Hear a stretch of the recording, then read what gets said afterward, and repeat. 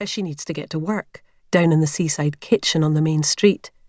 It's an extremely short commute. Along the high street, the gift shops are yellow and peppermint green. The chemist is a faded blue, the beauty salon a brand new fuchsia nobody likes, and the fishmonger is a pale orange.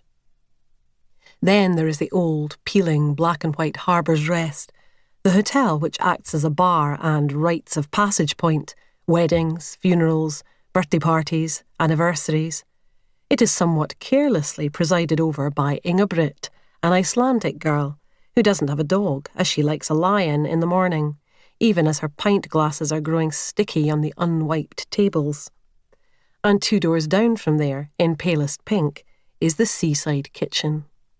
Flora came back to the island a year or so ago to work on a lawyering job. She had been raised on Muir and left for the bright lights of London many years before.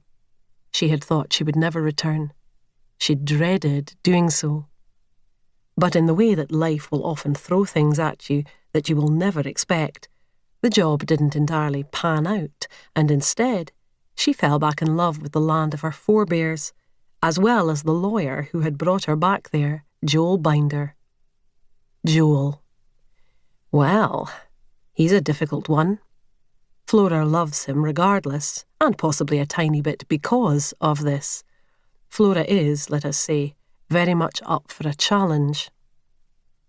So she pushes herself out of bed because she knows if she doesn't get up first, her father will, and she can't bear the thought of his old arthritic feet crossing the freezing flagstones of the kitchen before she has a chance to fuel up the stove and put the kettle on to boil. He can get up when he hears the whistle. She pulls the tangle of hair out of her face. She is unusual to look at, Flora, although not for the islands.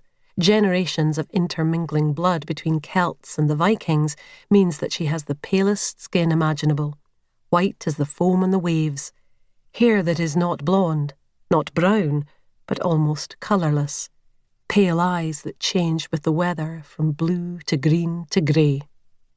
In London, she faded into the background.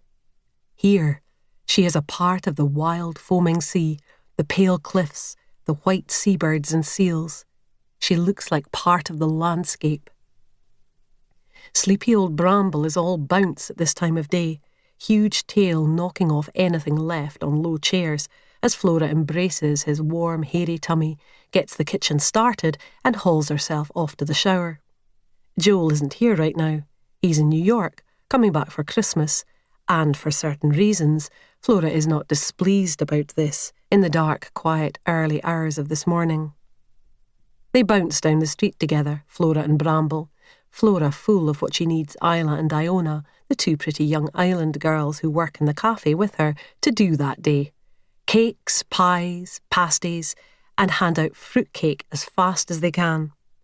She started making whole fruitcakes back at the beginning of November, as a good Christmas cake needs time to mature, then selling them by the slice. And she took the risk of making one every day, unsure, particularly as the ingredients were expensive and hard to source on the island, as to whether this would pay off, or if they'd be left with dozens of unwanted fruitcakes in January. Anyway, since the beginning of December, which was only the week before now, they had absolutely gone like the clappers. Some people were having a piece every day, and Flora was thinking of putting a quota system in place, just for the sake of their arteries. Even with the cost of the ingredients, all of which were absolutely top class, and the famous seaside kitchen discount card, a necessity so she could raise prices for tourists and summer visitors, the only thing that could keep them running through the winter without penalising the much lower paid workers who lived there all year round. It was still a very good money spinner, and she would keep making a new one every day, which would still give them 3 weeks marinating time. Bramble would get as far as the door of the seaside kitchen and no further, even though he tried his damnedest. He knew the score. Flora led a very tight ship as far as cleanliness was concerned. Inga Britt would have let him in at Harbour's Rest to snuffle around the tables for old peanuts, but she wasn't awake yet. So Bramble trotted patiently, every day, off on his rounds. Mrs. Macpherson was clucking up the high street with Brandy, her Highland terrier, as she always did first.